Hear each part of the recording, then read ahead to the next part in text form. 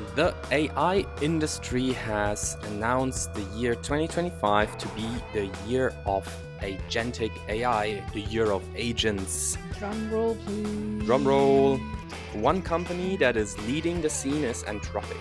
They have released a video on their tips how to build effective agents, and we're gonna comment on it.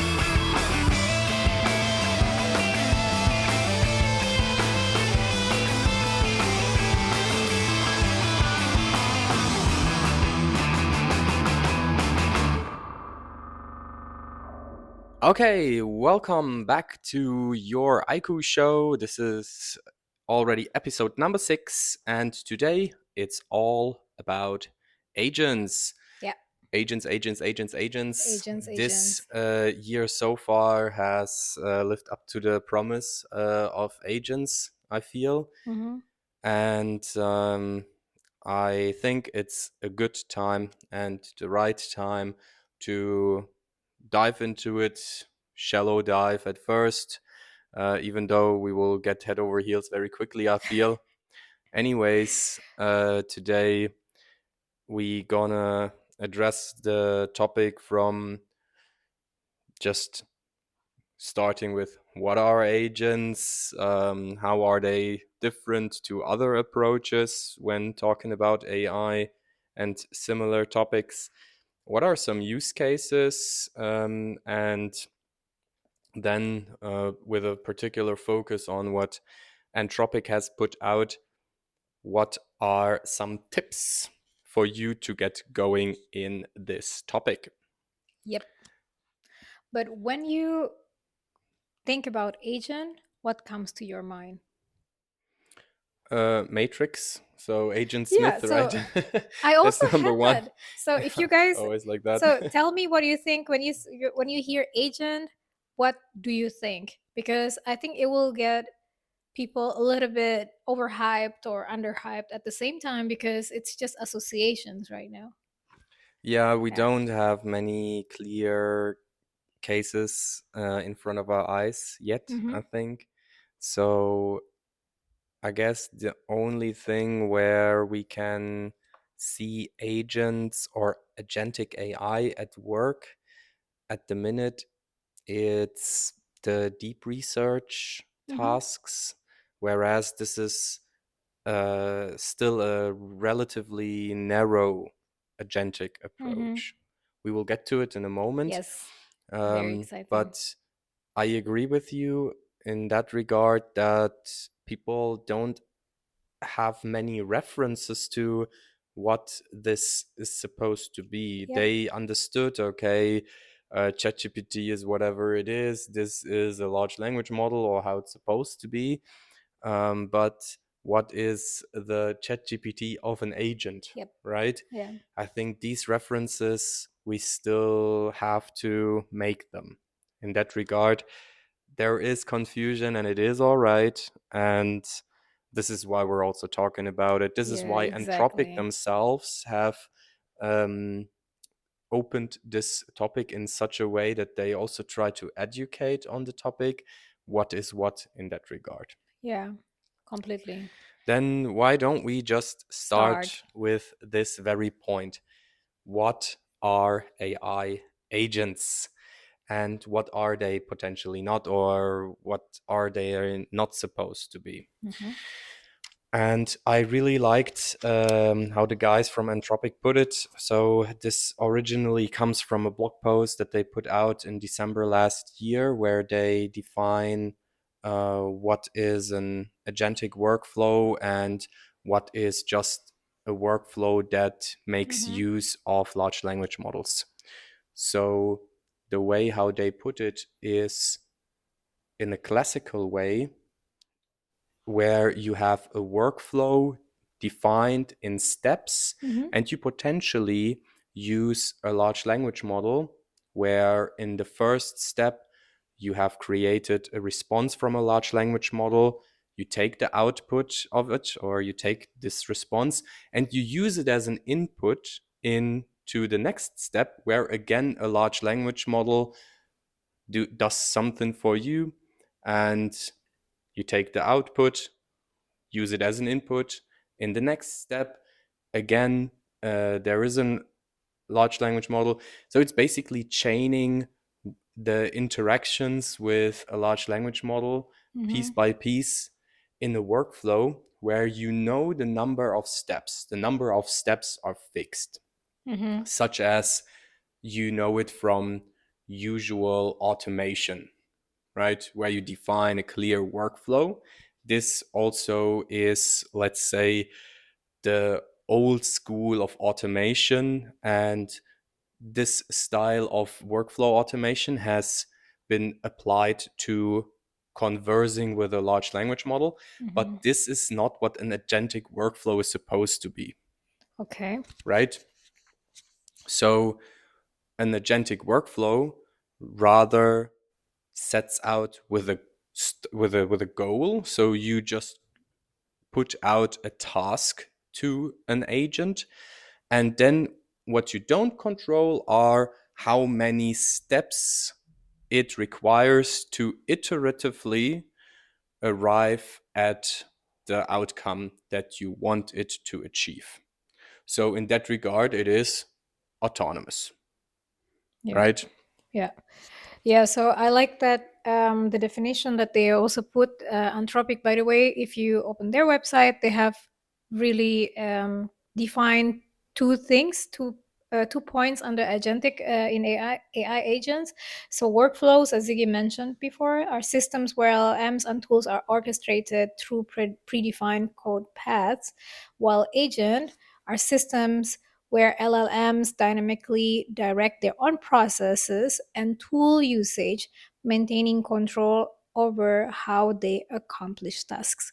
So we need to understand that there are two elements to it. And I think that they really did a good job in defining this. Yeah, and we also should understand how it's different to your usual AI chat assistant. Yes. Hmm. Um, because the first question, of course, is, well, how is it different to ChatGPT then? Because the first reference that people have to large language models in general or generative AI is ChatGPT. ChatGPT. Yeah. So uh, it's in that regard that it would autonomously iterate until it has arrived The result. at the result. Mm. You can already understand that this is not your input output conversation with a large language model, Yeah. right? um, and it's also different to, let's say, a RAG system, or if you upload a file to your ChatGPT or other generative AI chat assistants, Hmm. and you chat with your data in that regard, it's also not an agent, at least if you follow the definition Hmm. of Anthropic. And you know, I don't know, there are also like these custom GPTs, Yes. right? Hmm. All of these specific or specified chat assistants, it's also not agentic AI, right? Hmm. Because here again, you don't really have like tool use or function calling, whatever, so that you allow an agent to perform a task for you, right? So Autonomous, autonomously, yeah. sort Mm. of independent. So, just wanted to highlight Google Cloud's definition of AI agents are software systems that use AI to pursue goals and complete tasks on behalf of users. So, if you it's different with ChatGPT, so pulling information or brainstorming, all of that. So, it's like you have an assistant doing something for you and you give a task and that assistant will come back after they complete the task. On the Hmm. other hand, custom GPT definition by customgpt.ai is an AI model fine-tuned to perform specific tasks such as answering customer queries, generating content, or assisting with research based on a predefined set of data and instructions. Yeah. Yeah, and I guess in this regard, usually it's just a one-step workflow, Yeah. right? You provide it with, let's say, context, reference data, whatever. But once provided, Hmm. you just instruct it what to do. It generates the output. You're done. You're good. Yeah. And there is no iteration in between that independently Yeah. allows the agent to iterate. So this Exactly. is important to understand, and I think we need to do these basics Yep.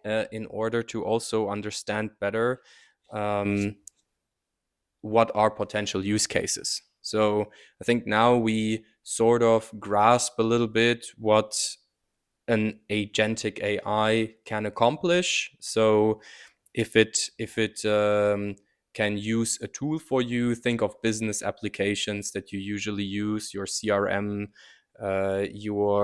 your email, calendar, whatever, that it can automatically do something with being connected to these tools, writing information into it, retrieving information into it, and so, from it, and it can call functions that can be interesting when conversing with things like a database, for instance.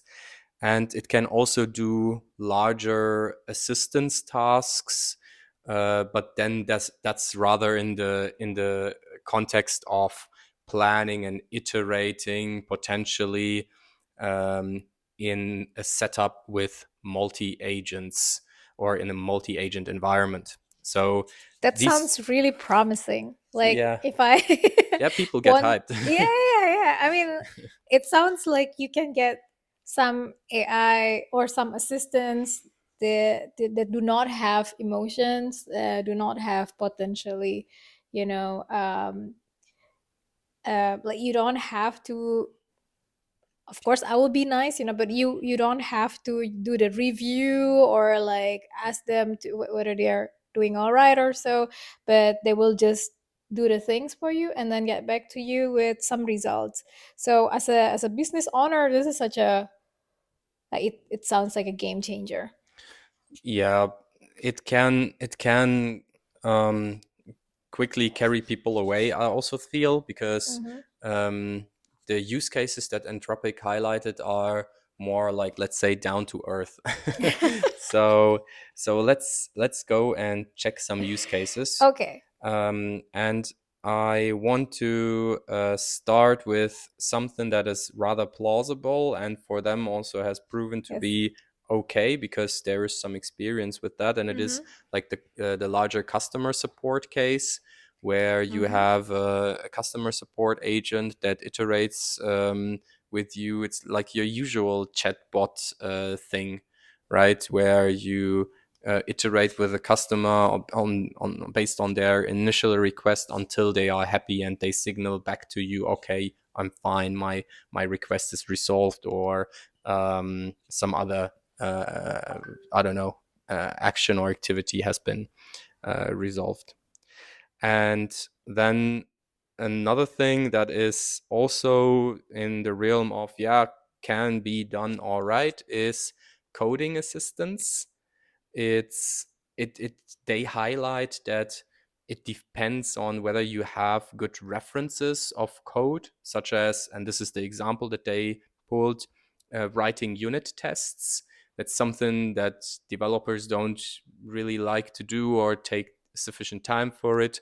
And then asking an agent to write unit tests that are very specific to the software and the unit tests that are potentially already in the code base can depend on the unit tests that you already have. So if you have very few or shitty unit tests, it's Then it is likely harder that for the you, agent. yeah, Yeah.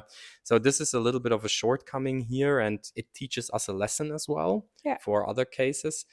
And then they have something that they feel like is underhyped and another thing that is overhyped. Maybe we can start with the underhyped one. So the underhyped use case that they highlight are all of the small things that take, let's say, between 1 and 5 minutes. It's a task that can be done quickly, but you just don't You do it have, frequently. yeah, and Yeah. you could do it frequently, but you don't have so much dedication to it, and therefore you don't do it much, even though it's easy. Yep. So then they highlight the virtue in, well, even though easy, what if it was done 10 times more than you do it now, or 100 times more, because it actually, like, it almost comes for free, right? Hmm. And it's sometimes hard to pinpoint what are, particularly, what are these tasks in my business, across my department, in my processes. But if you were able to pinpoint these small activities that have, when done a lot, um, a big impact, that can be really promising. Can you give an example? I was thinking like of the usual marketing and sales cases. Reaching out to people, um, for like inviting them to something, and another case more like in the coding realm. If you have, this is what they have, like Anthropic have suggested, and I agree to that. If you change code in your code base Mm-hmm. and you have an agent to update your documentation, so that you don't need to go into your documentation and explain what changes you have made, then it comes with every single push of code. That is a changer. Like, it's a small thing maybe, but if it then comes for free, it's cool. Yeah, well, I think if you watch the video, I would say from my own perspective, it's rather for the technical people, so software developers, software engineers. I think you guys will be able to make sense a lot about this conversation, and it will benefit if we can have these small things in the software development area that you use agents. I mean, I'm not a technical person, or not yet, with an AI agent to do coding together, and I have tried it. I mean, not in a way that's an agent, but it's a assisted AI assisted coding. It's really easy for me to do that. So it really changed the whole course. Now, when we are going to develop something, and in the past you maybe just want to develop, you don't want to do the documentation, you don't want to do the small things that updating your team or updating certain documents, and then you got an agent to basically get it done for you. I think Mm. this is awesome, you know, Yeah, only if it's done right. potential at least, Yeah. right? Some tips on how to get it right. We will get to it in a moment, but I want to Yeah. share one thing that they have perceived to be overhyped as of now, at least. And these are all of these consumer applications, as they have coined them. Mm-hmm. And one example that they have put here is a travel assistant. So asking an agent to book something for you. And why do they say so? Why is it hard to achieve? Because in order to find the right hotel, trip, accommodation, whatever, it actually requires a ton of contextual information about someone's personal preferences.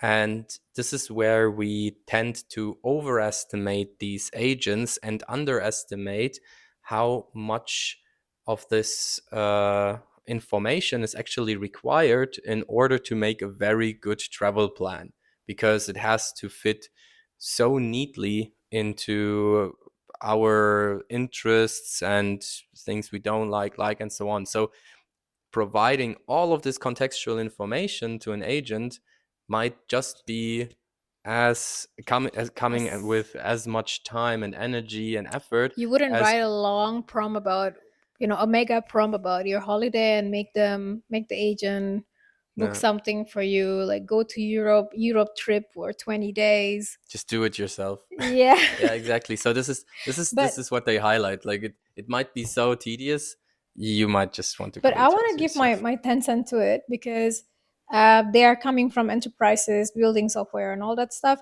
But I would be very very interested to hear if, or like if anything in the future happen like this, social media platforms or searching, Google search, or a platform to search your preferences in the consumer way, and they start to build agents on the back of your data. I think that will be a different topic, Hmm. because now if you're talking about preferences, and usually where do these internet see our preferences, right? The searches and Cash. the visits, no, Yeah.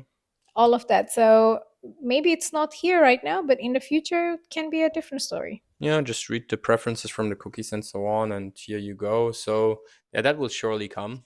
Yeah, Someone will solve that if there is a dollar to be made with this. another So startup startup yeah, idea. yeah. Well, I actually see those companies that make money with presenting you with advertisements that is personally, Yeah, I it's mean, like in the past, it was they will even do it. a bidding, right? So Yeah, if you yeah, search something, then there's a product bidding at the back. So who? yeah. Never mind, we're getting off track. Let's go to the tips on building. Because now you might be feeling like, oh my god, there are use cases, there's potential. How am I supposed to build this, or what are some good ideas to get going? And the first one is as basic as it is essential, and it is to set a clear goal. So we have already covered it in the basic mechanics of an agent. Make sure to have a clear and good signal in terms of what you want this agent to achieve. And then define the outcome very well so that you can inform how close the model got to it as it iterates.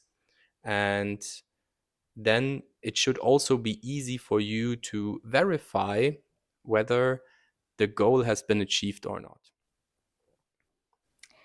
Second one is consider feedback mechanism. So make sure you measure your results. So I think this is what they really emphasize a lot, making sure that you know what you want to achieve and see whether that's what you wanted, and measure that. Create a matrix, probably allow the model to diverge towards the right answer as it is iteratively go about the task. Yeah, so I think both these tips are in the same vein, and they highlight how important it is to do the evaluation and set the right guardrails for the model, and make sure that this iterative process can just roll on, and the model itself has the best conditions to realize the target outcome. Then another thing that is quite interesting is make the context clear. So this is something that they highlight as to being empathetic to the model. So you should ask yourself what the model actually knows about the task and the context that this task plays in. And then that can be related to the tools that it's supposed to use. You might want to explain what these tools are for, what they can do, what is what basically. Just imagine if you get some task by a colleague or boss, whatever, and then do you have enough information to get this accomplished? And here you should also wonder whether the model has all of the information, or whether we actually expect it to do more with just way too little information. Yeah, and then you can also start it very simple. Um, start small and start early into the agentic workflows gradually as you established a strong evaluation criteria. So I think this is the right just the right time to start and build the muscle strength on that. Yeah, I also like that one. And the last aspect is to build your use case under the assumption that models will just get more intelligent. And that is something that is directed to startups or those who are now setting out to create new products or to set up new processes.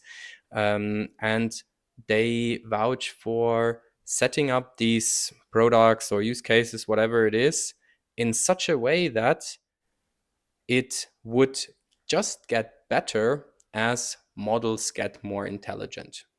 So in that regard, if you set up something that is under the like that could just be replaced with an agentic workflow, or you feel under the threat of it, then shift your thinking and see how your use case actually benefits from more intelligent models. Yeah, last but not least, they talked about the future. So it's really interesting that they talk about a future, but only in 2025. And the first point is that the adoption in business use cases will pick up or continue to grow. So the focus is on the repetitive tasks. So let's go 10x or 100x tasks that fell off the cliff before. So the highlight is to understand which tasks are this, and I think it's really underrated on the evaluation or the business use cases that are going to be part of this. I think a lot of hype was like about the individual tasks or consumer tasks that are super duper hype, but there are so many tasks they are not being covered or not being identified just yet. Hmm. Yeah. And the last point was about the also probably overhyped topic of multi-agent use cases. And one thing that they highlighted is that this is still relatively experimental, and in production they don't even see many well-defined single agent cases. So we shouldn't get carried away by multi-agent, as of now at least. Maybe towards the end of the year is how they see the future. But in general, it's just still a hard question, because we are yet to find out what are the best use cases and how to make best use of this overall capabilities of agentic workflows. Yeah. So, as being mentioned, start now, start small, and just learn how to do it, learn how to build it, because everybody's on the way to figure it out. Although this is the year of agent, so maybe I might as well be part of it. Oh yeah, it's definitely worthwhile. We have been discussing a lot what we could do, and also whether we actually need an agent for that, or can it be done with a simple workflow. Yeah. And yeah, this is something that is just on like um, in part of the process, part of the exploration process. So let us know what you think is a great use case. Let us know how you explore the topic. And as always, make sure to like and subscribe your most favorite show, the Aiku Show. This has been it for the moment. And next week we have something special for you, probably. Yes. We are going to record in another place. So we will share that details with you next week. Stay tuned. Um, we are not associated with any of the companies we mentioned, including Anthropic. This is merely our opinions and our perspectives about this topic. And if you have any comments and any opinions about it, leave your comments below. That's right. See you next time. See you. Aiku. What I can do.